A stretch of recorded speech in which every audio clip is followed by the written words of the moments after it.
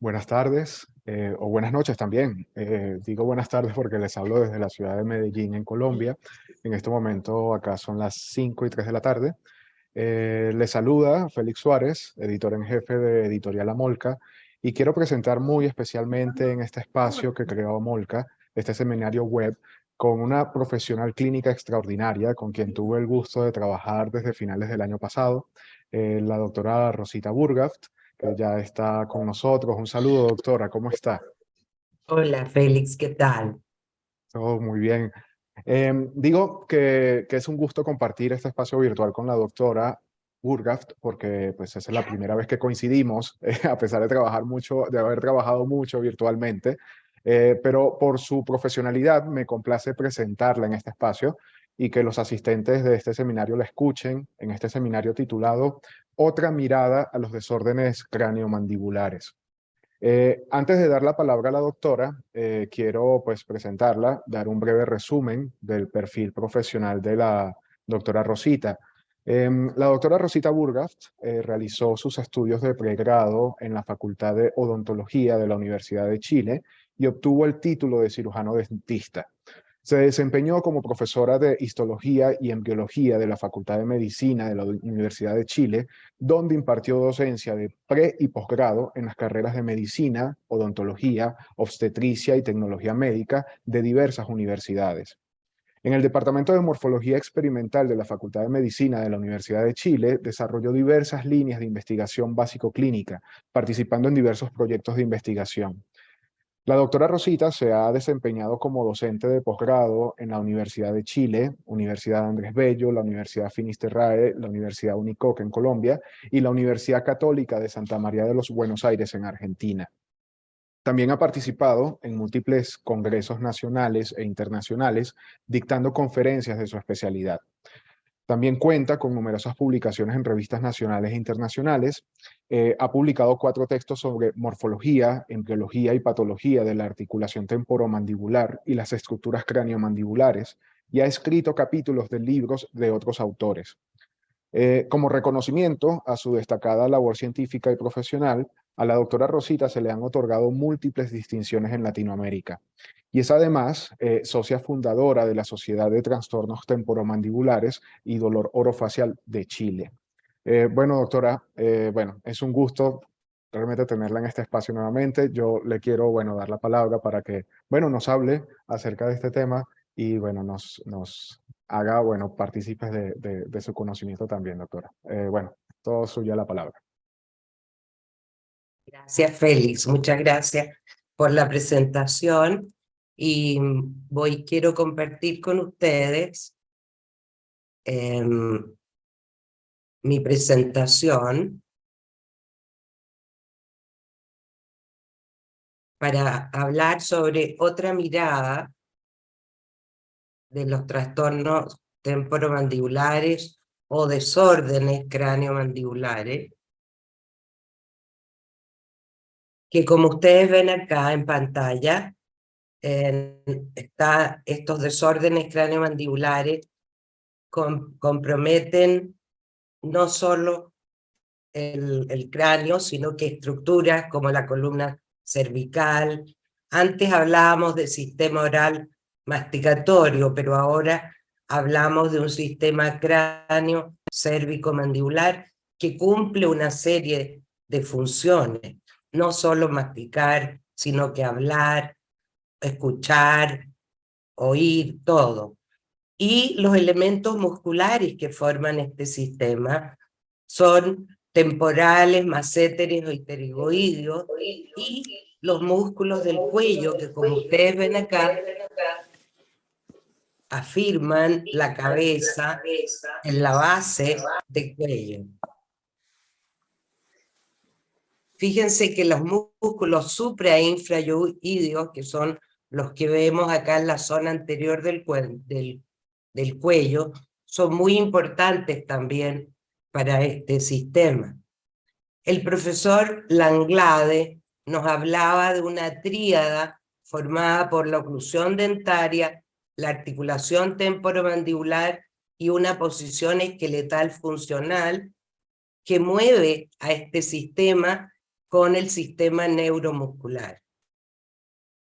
Así vemos cómo se relacionan las arcadas dentarias con la articulación y la columna. Hay casos como esta niña con una microsomía facial en que hay agenesia y pérdida ósea de estructuras del sistema y esto trae como consecuencia una parálisis facial.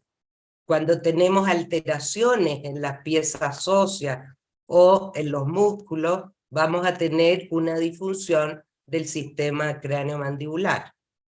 Así también vamos a ver, en este caso de un traumatismo severo, con fracturas múltiples, una persona que cayó de un 5º piso hacia abajo, y ustedes ven cómo la mandíbula se fracturó y la articulación temporomandibular perforó la base de cráneo y rompió la base de cráneo y la disfunción es evidente. También hay otros casos en que sin haber tanto daño a las estructuras óseas, tenemos una disfunción craneomandibular.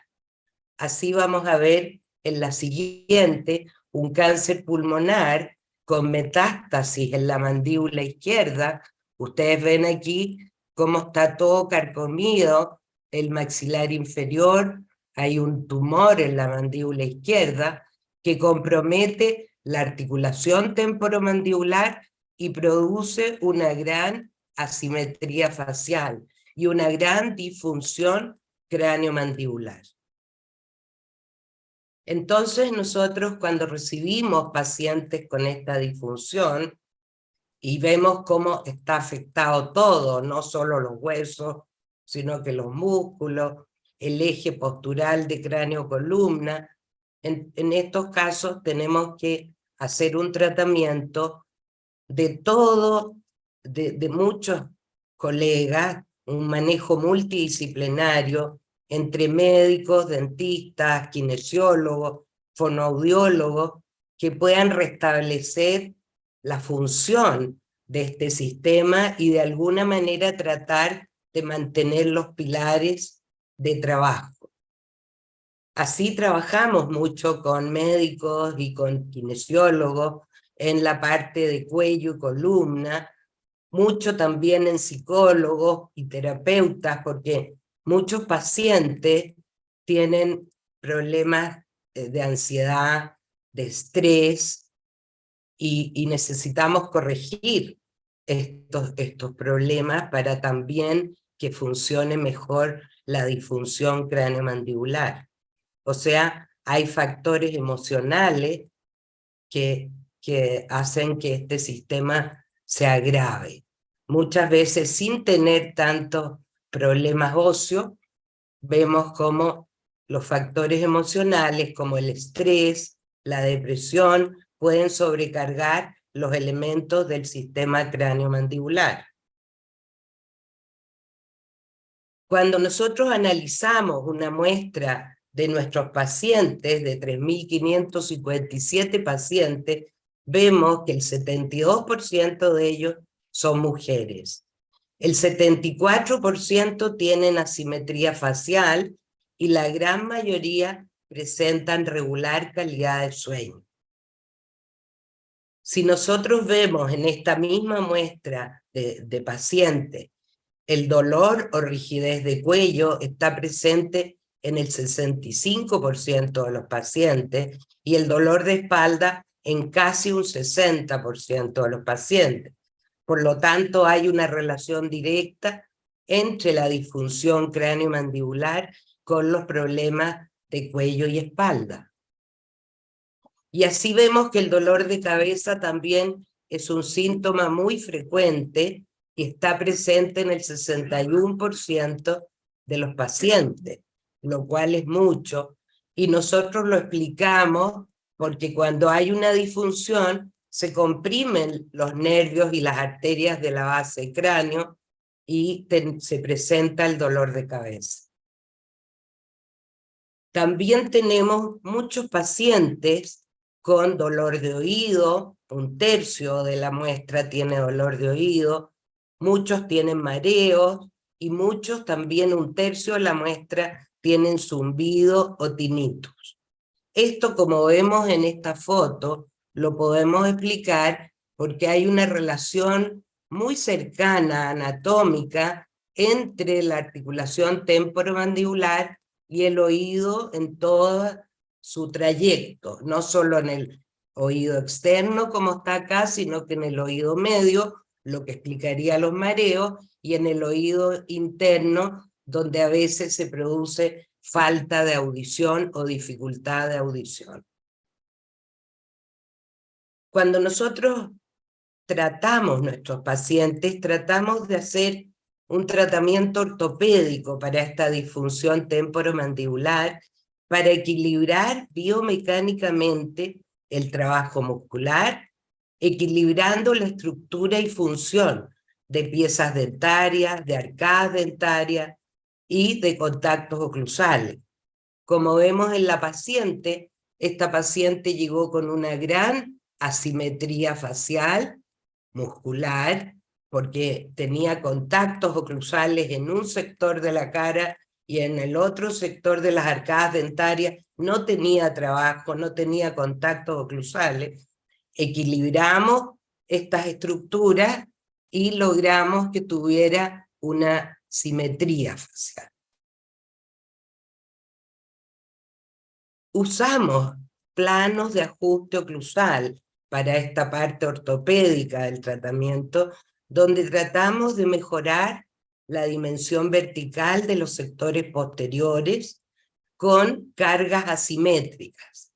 Son planos o férulas de uso nocturno, porque como no tenemos contacto en todas las piezas dentarias, no queremos producir extrusiones de piezas, sino que queremos producir una descompresión de los tejidos articulares y una descompresión de los nervios y de la irrigación de la base del cráneo para que no hayan dolores y para que mejore la estructura y función articular.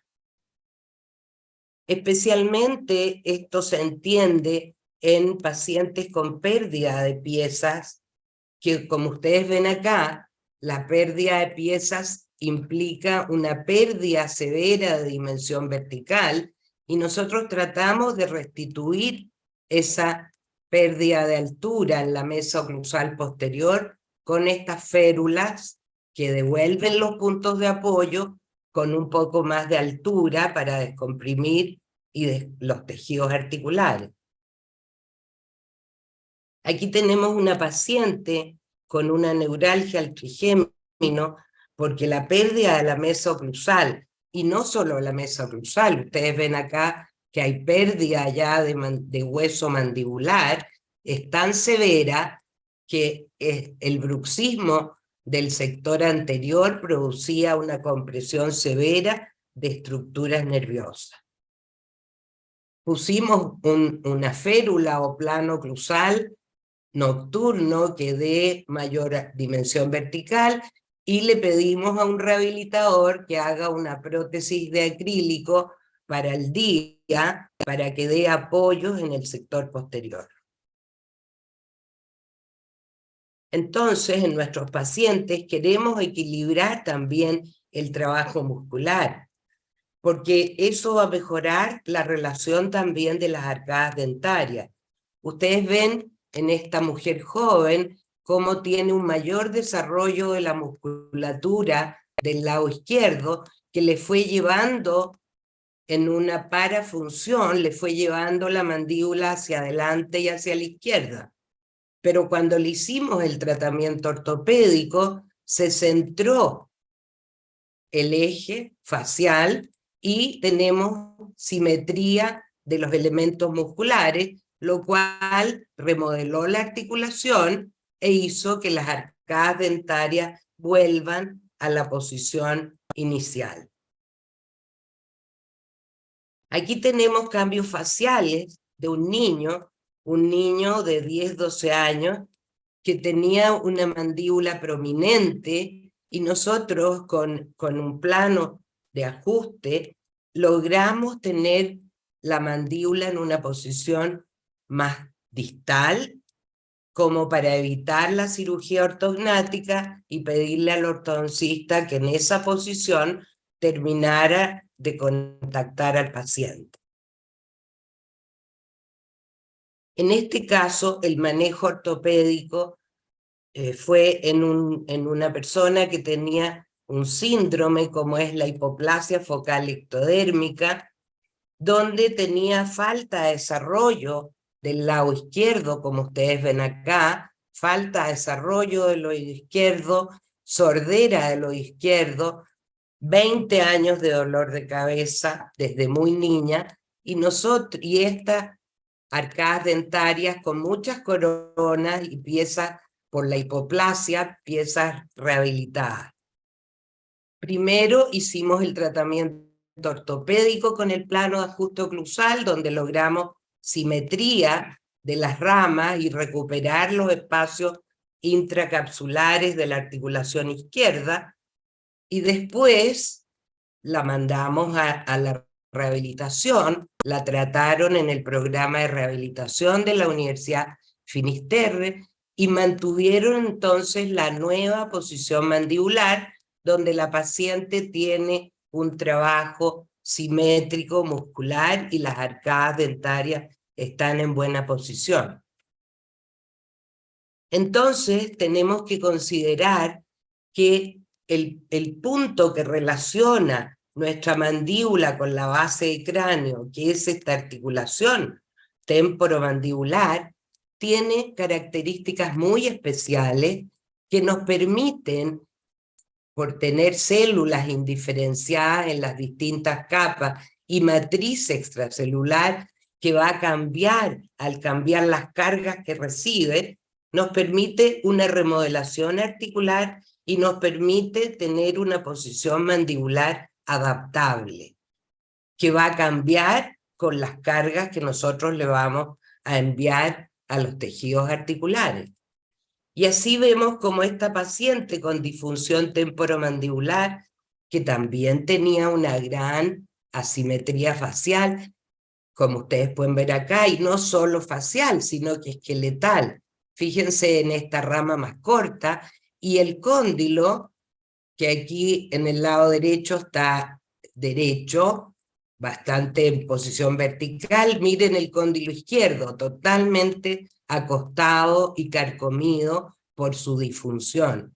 Ella podía abrir 1 centímetro la boca, 1,5 centímetros, con dificultad y con dolor, y no podía funcionar ni con la masticación, ni hablar, no podía hacer nada. En la etapa ortopédica ya empezamos a mejorar esta forma y posición del cóndilo, y ya cuando se hizo su rehabilitación, tenemos aquí un cóndilo y una rama más sana. Tenemos imágenes tomográficas de esta paciente, sobre todo de la articulación izquierda, que era la articulación que estaba más afectada, y vemos cómo acá, en las tomografías iniciales, tenemos un cóndilo pequeño, muy gastado, carcomido y sin espacio intracapsular, pegado a la fosa articular y con dificultad de movimiento. Ustedes ven acá, cuando trata de abrir la boca no puede porque choca con la eminencia.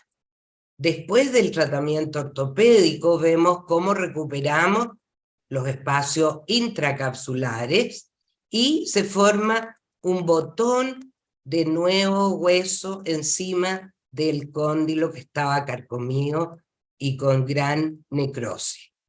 Fíjense cómo mejoró también la apertura. El cóndilo pasa por delante con esta nueva capa de hueso y la paciente recupera su función. Aquí tenemos otro caso de mordida abierta, porque muchas veces cuando se carcomen estos cóndilos, se empieza a abrir la mordida y se pierden los contactos oclusales. Aquí tenemos el caso de esta joven que llegó con mucho dolor, de cabeza, cuello, de articulación, y contactando en estas arcadas dentarias solo con la porción más distal del segundo molar. Fíjense como también hay una asimetría facial, que aquí ya se corrigió en la etapa ortopédica, y cómo al ir mejorando su cóndilo y sus estructuras articulares, se va cerrando la mordida abierta. Fíjense aquí, a un año de tratamiento, se mantiene la simetría facial y se ha ido cerrando esta mordida abierta y es derivada al ortodoncista. Estas son las tomografías iniciales y de control de la articulación izquierda de la paciente. Ustedes ven cómo el cóndilo es aguzado y choca ahí en apertura con la eminencia y está aquí incrustado en la fosa.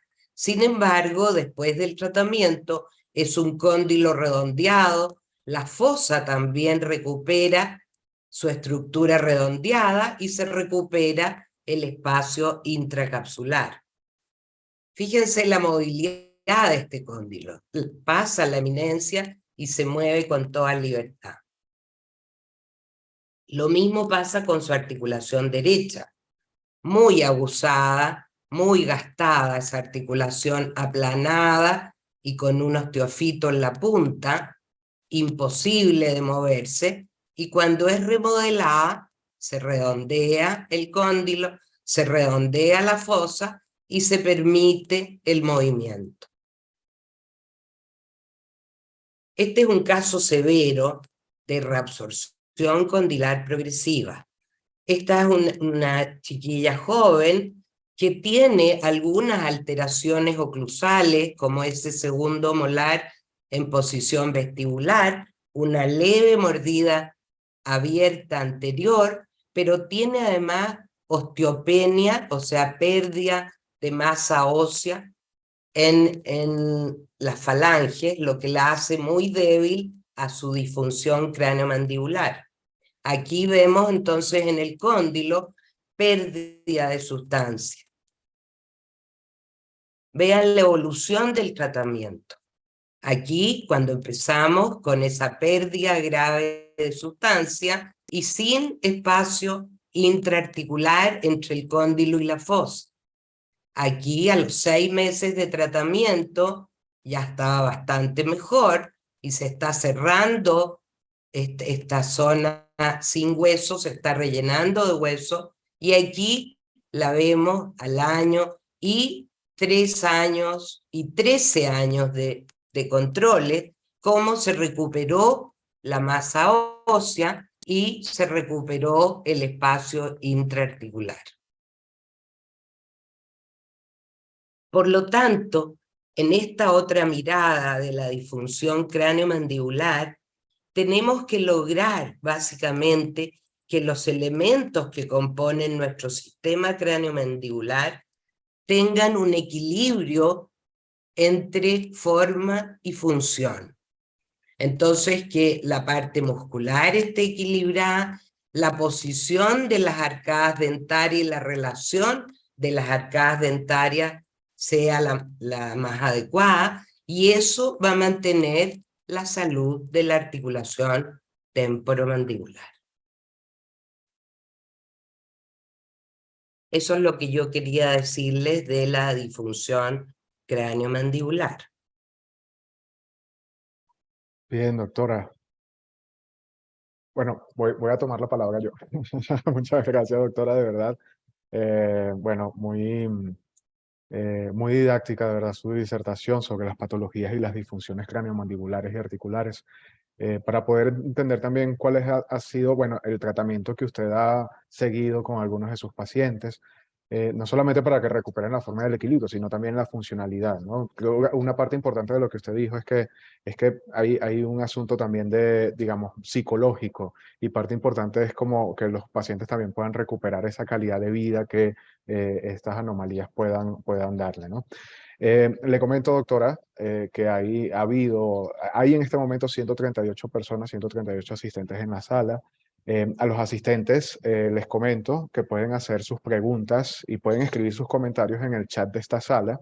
Tendremos obviamente un espacio para ello.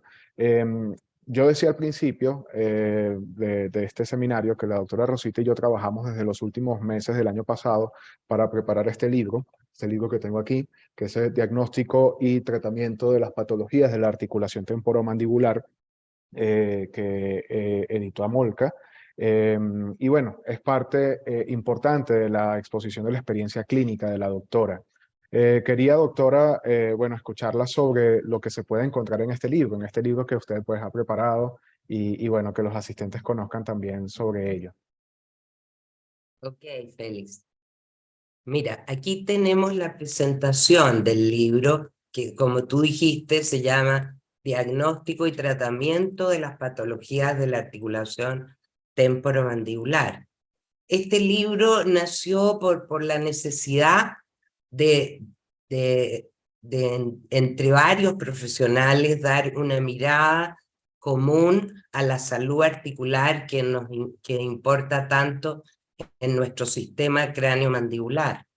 Y así nosotros vemos que el sistema cráneo-mandibular, compuesto por muchos huesos, mandíbula, base de cráneo, cráneo, columna cervical, el hueso yoide, todos funcionan en este sistema cráneo-mandibular y hay, como se ve en este dibujo, que lo hizo el doctor Tomás González, que es cirujano, futuro cirujano de cabeza y cuello, pero que nos hizo todos los dibujos del libro, pero aquí refleja muy bien lo que es la articulación temporomandibular, un soporte entre la mandíbula y la base de cráneo, un soporte y una relación funcional de estructura y función en todos los movimientos mandibulares.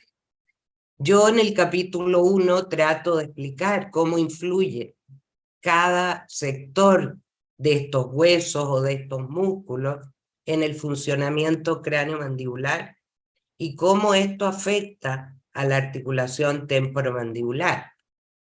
También trato de explicar cómo en la osteoplasticidad, la posibilidad que tenemos de la remodelación ósea es muy importante al momento de regular la función del sistema.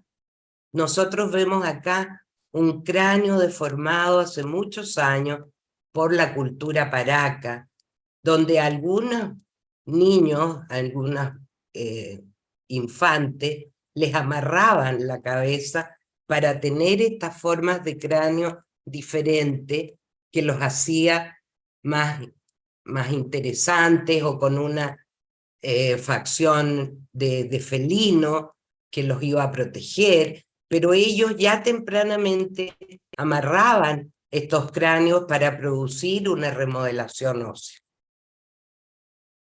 En el capítulo 2, la profesora y doctora Adalza Hernández, venezolana, que es experta en imágenes de la articulación temporomandibular, hizo un capítulo muy interesante donde nos muestra cómo es la estructura de la articulación temporomandibular, especialmente con resonancia nuclear magnética, que nos permite ver los tejidos blandos y ver estos discos con estas formas diferentes que podemos ver en infinidad de resonancias nuclear magnéticas.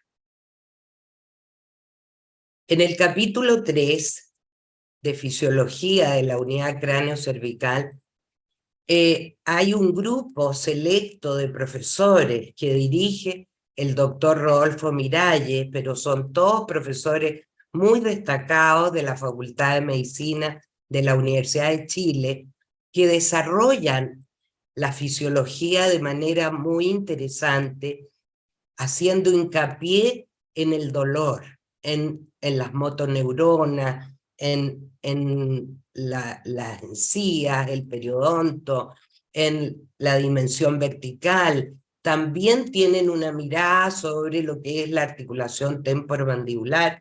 Entonces, y de cómo influye todo este sistema en la región cervical.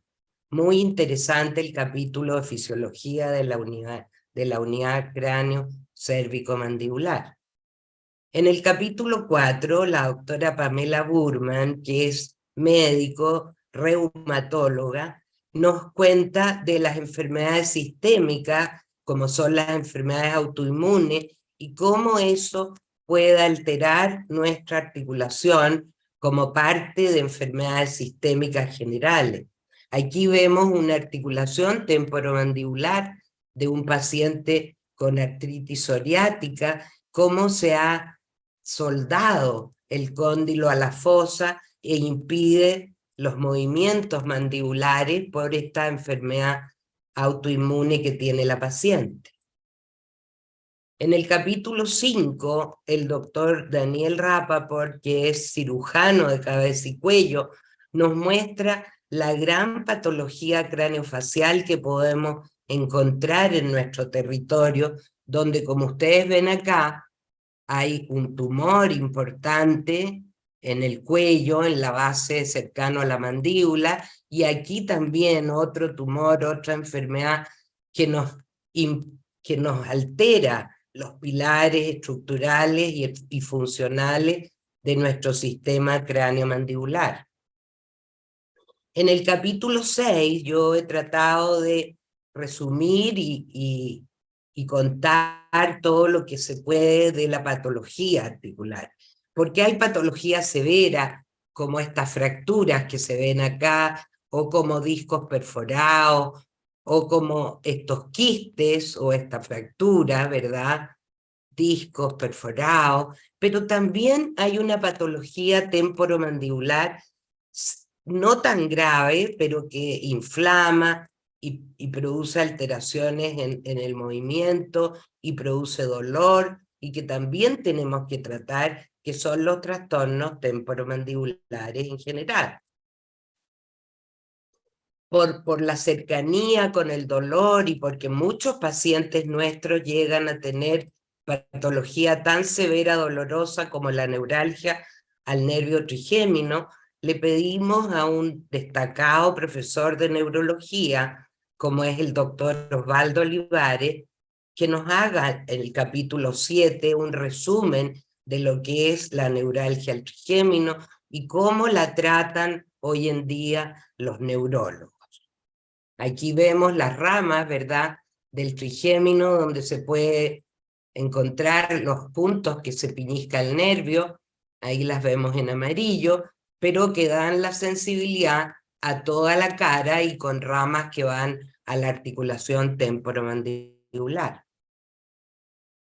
También el profesor Rodrigo Goya, que es un cirujano muy connotado, nos ha hecho el capítulo de manejo quirúrgico de la articulación temporomandibular, porque en algunos casos necesitamos la ayuda de una artrocentesis o de inyecciones intracapsulares o manejo quirúrgico con el disco o con reemplazo de articulaciones en casos más severos, y él entonces hace un capítulo extenso donde explica todo el manejo quirúrgico que se puede hacer en la articulación temporomandibular. Y en el capítulo 9 yo hablo de los tratamientos a los trastornos temporomandibulares y trato de explicar cómo con aparatos ortopédicos podemos solucionar casos graves y casos no tan graves, y después mandarlo al rehabilitador o al ortodoncista o al médico si se necesita una cirugía, o al cirujano maxilofacial. La idea es que cuando recibimos el paciente con una relación de arcada dentaria de este tipo y con una cara de este tipo, con mucho dolor y dificultad de funcionamiento, podamos después mantener una oclusión estable con ayuda del ortodoncista y del rehabilitador y mantener una simetría muscular que facilite el trabajo y recupere la forma de la articulación temporomandibular.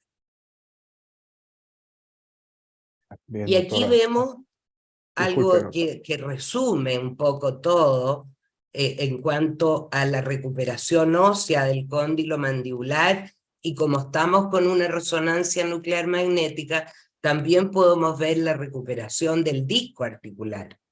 Ustedes ven, esta es una persona joven que tenía muy gastado su cóndilo, muy carcomido, con una degeneración de la superficie enorme y con alteraciones en el disco. El disco estaba comprimido, estaba inflamado y por supuesto dificultad de movimiento y dolor.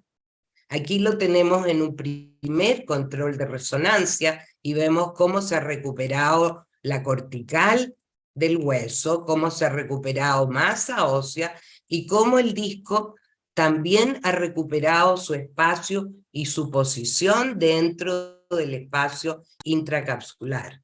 En un control a más tiempo, vemos cómo ese cóndilo recuperó la masa ósea. El disco tiene ahora su forma normal y su ubicación normal dentro del espacio intracapsular. Entonces, nuestra idea es, a través de mantener los parámetros adecuados de forma y función, este sistema cráneo-mandibular trabaje bien y pueda mantener una salud articular armónica y funcionalmente estable. Eso es lo que hay en el libro, Félix. No, muchas gracias, doctora, de verdad. Bueno, es un resumen que, bueno, de esa experiencia que usted ha tenido y lo que se ve en el contenido de la obra. Le digo que, bueno, que ahí les recuerdo a los asistentes que, bueno, que pueden hacer sus preguntas en el chat. Le digo, doctora, hay gente que, asistentes, pues, que han dicho que, y saludan desde España, desde Guatemala, desde Chile. Y ya hay algunas preguntas también. Entonces, quería proceder a leerle algunas de ellas y bueno, Bueno, también eh, encantada. el doctor Norman Santiago pregunta por el chat, ¿qué ocurre con con el cartílago articular en esas etapas de remodelación condilar? Mira, el cartílago, nosotros en la articulación temporomandibular, el cartílago no se encuentra en la superficie, como está en las rodillas, en los codos. Tenemos en la superficie un tejido conjuntivo fibroso y bajo él el cartílago. El cartílago se recupera junto con el tejido fibroso porque al descomprimirlo tienen sus capas profundas la potencialidad, esos fibroblastos o condroblastos tienen la potencialidad de producir nuevas capas de cartílago. Entonces, si la matriz del cartílago se recupera porque no hay tanta presión sobre ese cartílago cicatriza y crece un poco. Se recupera, al igual que el tejido fibroso de la periferia y al igual que el hueso. Eh, Bien, doctora. Otro asistente que, bueno, está identificado en la sala como admin, pregunta, ¿qué ocurre con el cartílago articular en esas etapas de remodelación condilar? Bueno, es lo mismo que estaba explicando, que al descomprimir el cartílago articular, el cartílago también se recupera. Ujú. Primero se recupera los tejidos blandos, los tejidos fibrosos. Después se recupera el cartílago y después se recupera el hueso. Son Ujú. todas las capas que van sobre el cóndilo las que se recuperan. Bien. Doctora, también el doctor Javier Retamal pregunta, ¿qué opina de que muchos colegas especialistas en trastornos temporomandibulares indiquen que la oclusión no tiene que ver con los trastornos temporomandibulares y también que se están dedicando a tratar más las alteraciones del sueño que problemas bucales? Mira, mi opinión sobre eso es la siguiente. Yo creo que las causas de una disfunción temporomandibular son multifactoriales, pero hay condiciones oclusales que facilitan una disfunción temporomandibular. Pullinger y Seligman hicieron grandes investigaciones sobre esto y dijeron que hay 5 condiciones oclusales que facilitan una disfunción temporomandibular. ¿Cuáles serían esas 5?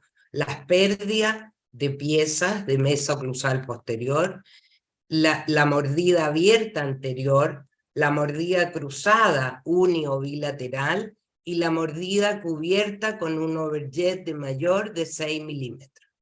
O sea, hay condiciones oclusales muy severas. Ahora, el sueño también es importante, pero no podemos preocuparnos solo del sueño. Habrán especialistas en el sueño, pero nosotros somos especialistas en regular todos estos pilares del sistema craneomandibular para aliviar la articulación temporomandibular. Bien, doctora. La doctora Claudia Torres pregunta, ¿a toda edad se observa remodelación ósea? Sí, a toda edad se observa remodelación. Okay. En el libro yo tengo un caso de una paciente de 82 años que llegó por un dolor intenso y una grieta que se veía en su tomografía en el cóndilo derecho, y se ve cómo al mejorar la altura de sus prótesis totales muy gastadas, se recuperó la grieta del cóndilo articular. Bien, doctora. Otra pregunta, también de un usuario que está identificado aquí como administrador. Dice, hola doctora, muy buena conferencia. Quería preguntarle por los planos oclusales. ¿Prefiere colocarlos más en mandíbula que en el maxilar? Muy buena pregunta. Yo creo que como nosotros queremos con el plano equilibrar el funcionamiento de todo el sistema cráneo-mandibular, creo que el plano lo tenemos que colocar en el arco más pequeño. En los pacientes clase 2, que son la mayoría de los pacientes con disfunción, yo diría que aproximadamente un 60, un 62% de los pacientes tienen mandíbulas pequeñas. En esos pacientes yo prefiero poner un plano inferior. Solo me gusta poner un plano superior en pacientes con mandíbulas muy desarrolladas, paciente clase 3, o cuando falten piezas dentales. Cuando falten molares en la arcada que sea, ahí tiene que ir el plano. Si faltan molares en las dos arcadas, tenemos que hacer en la arcada más pequeña el plano y una prótesis removible en el arcada antagonista. Bien, doctora. Otra pregunta que hace el doctor Carlos Pizarro. ¿Cuándo debe tratarse quirúrgicamente la articulación temporomandibular? Es decir, la primera opción de tratamiento es ortopédica, con planos o Sí, placas neuromio-relajantes, y la cirugía o tratamiento quirúrgico es la última alternativa cuando el paciente no responde favorablemente a la primera instancia ortopédica. exacto. Eso pienso yo. Primero hay que tratar ortopédicamente, y si no responde ortopédicamente o se necesita una ayuda, se puede recurrir al manejo quirúrgico. Son casos muy severos los que no responden al tratamiento ortopédico, y en esos casos necesitamos el apoyo quirúrgico. Bien. Otra pregunta, hay varias preguntas, doctora, la verdad, muchas inquietudes de parte de los asistentes. El doctor Carlos Montes pregunta, ¿cuál es la clasificación de trastornos temporomandibulares que es más precisa a usar? Usualmente se enseña la clasificación de Weldon-Bell, adoptada por la ADA, y luego está la de Dworkin y la de Ledeche, ejes 1 y 2. Me parece que limitarse a una clasificación no revela las variedades que pueden haber dentro de los trastornos temporomandibulares.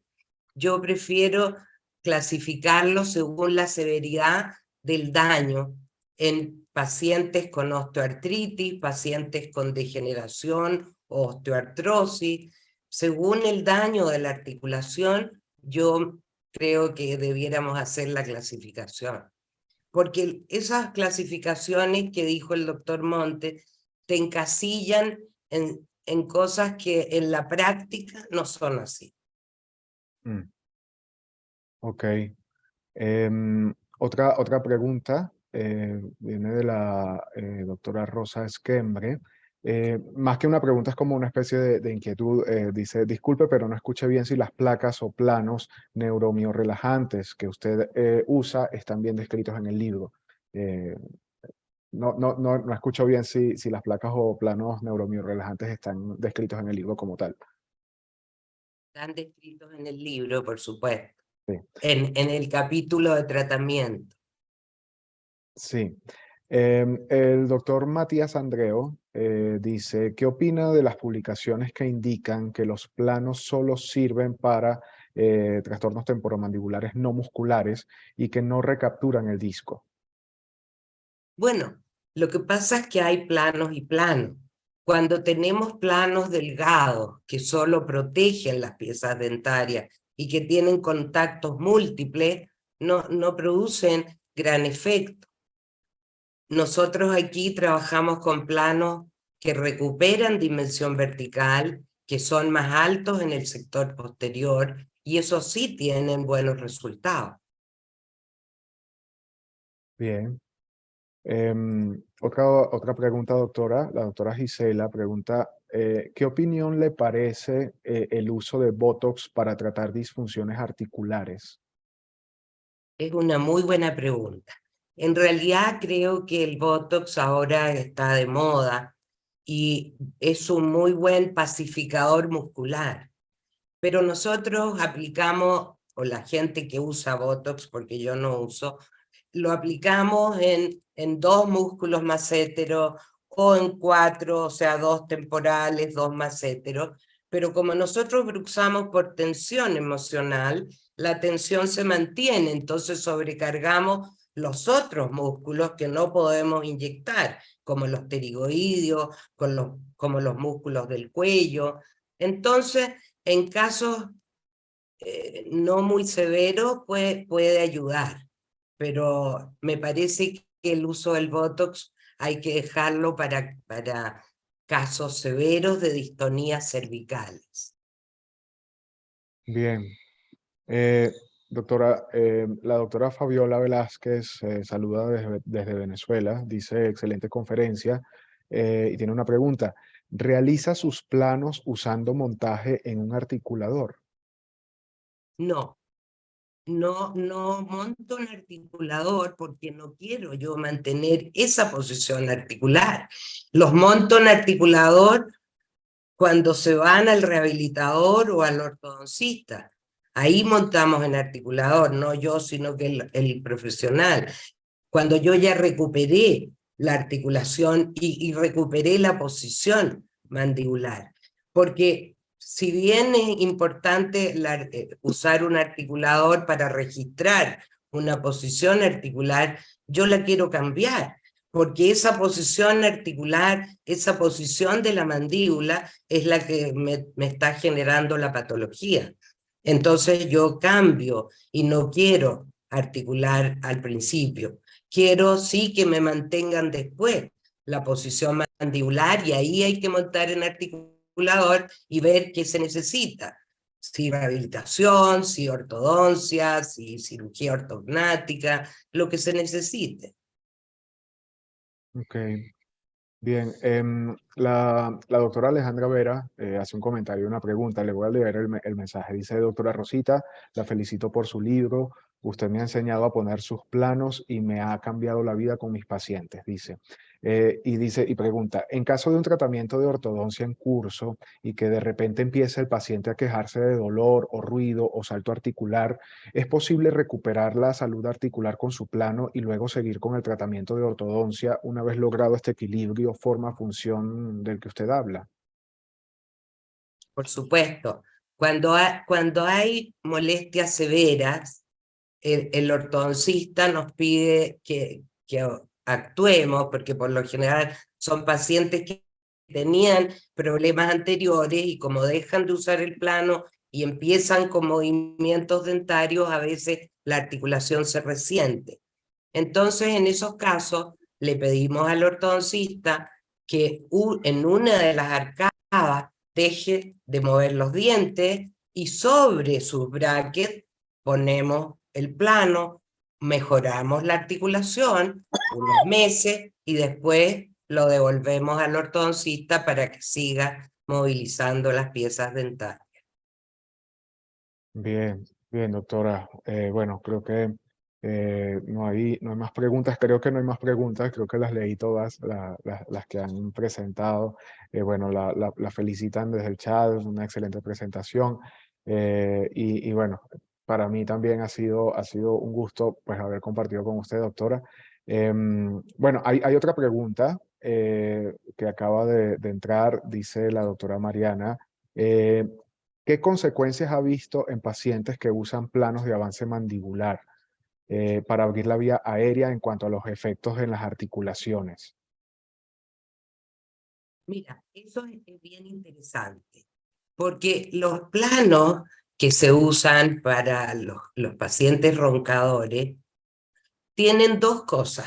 Una, que tienen altura, o son planos dobles que se abren, que entonces me gustan porque la altura protege la articulación. Ahora, tirar todas las mandíbulas para adelante no siempre es bueno. Si es poco, no importa, pero si es mucho, puede afectar a la articulación. Bien, doctora. Bueno, de verdad que muchas gracias por compartir este espacio con nosotros. Y bueno, a todos los asistentes también, bueno, están haciendo, bueno, agradeciendo y felicitándola por esta exposición que usted pues muy amablemente y muy didácticamente ha mostrado. Voy a leer una última pregunta. Porque van llegando así de repente, pero el doctor Gonzalo Rosas dice, estimada doctora, ¿qué mecanismo utiliza para determinar la dimensión vertical? Lo que pasa es que lo que yo quiero es recuperar la dimensión vertical. La dimensión vertical la recupero con planos que superan la dimensión vertical necesaria, pero que después voy bajando los controles hasta obtener un alivio articular, y cuando ya el paciente abre y cierra derecho, remodelamos la articulación, ahí determinamos la dimensión vertical futura en el montaje de articulador. Por lo general, cuando hay pérdida de piezas dentarias, tratamos de recuperar la mesa oclusal. Y esa es la dimensión vertical que usamos, recuperar la mesa oclusal. Bien, bien. Doctora, bueno, no sé si tiene algún comentario, algo que quiera agregar a este espacio, a este seminario. Mira, no, yo quiero agradecer a Molca y a todos los asistentes, porque en realidad para mí es entregar una experiencia de vida clínica en el texto y en esta exposición, resumirla, y creo que se abren muchas puertas a las investigaciones, al manejo clínico, de manera diferente, que me parece enriquecedor para nuestros pacientes. Bien, gracias doctora y bueno, muchísimas gracias a los asistentes también. Bueno, la doctora Rosita Burgaft es la autora, como les dije anteriormente, del libro Diagnóstico y Tratamiento de las Patologías de la Articulación Temporomandibular que editó Amolca. Y que pues ya sí, para quienes han preguntado en el chat por la disponibilidad de este libro, se les ha compartido un enlace para que puedan digamos, a hacer, digamos, a preguntar pues por esta obra. De verdad, muchísimas gracias por la participación en el seminario. Para los asistentes también les digo que hay una oferta disponible para obtener el libro que pueden consultar en el link que se les ha compartido en el chat de este seminario. La promoción varía en cada país y es una oferta exclusiva vía atención directa por WhatsApp y válida por 48 horas. Doctora, de verdad, una vez más, muy agradecido con usted, muy agradecido, muy contento de haber compartido con usted este espacio y a todos los asistentes, de verdad, agradecidos bueno, por haber asistido y por escuchar a la doctora Rosita. Doctora Gracias, Rosita, Félix. de verdad, muchísimas gracias y a todos los asistentes también, muchísimas Gracias a gracias. ti. Que esté muy Muchas bien, gracias a todos. que esté Chao. muy bien. Chao.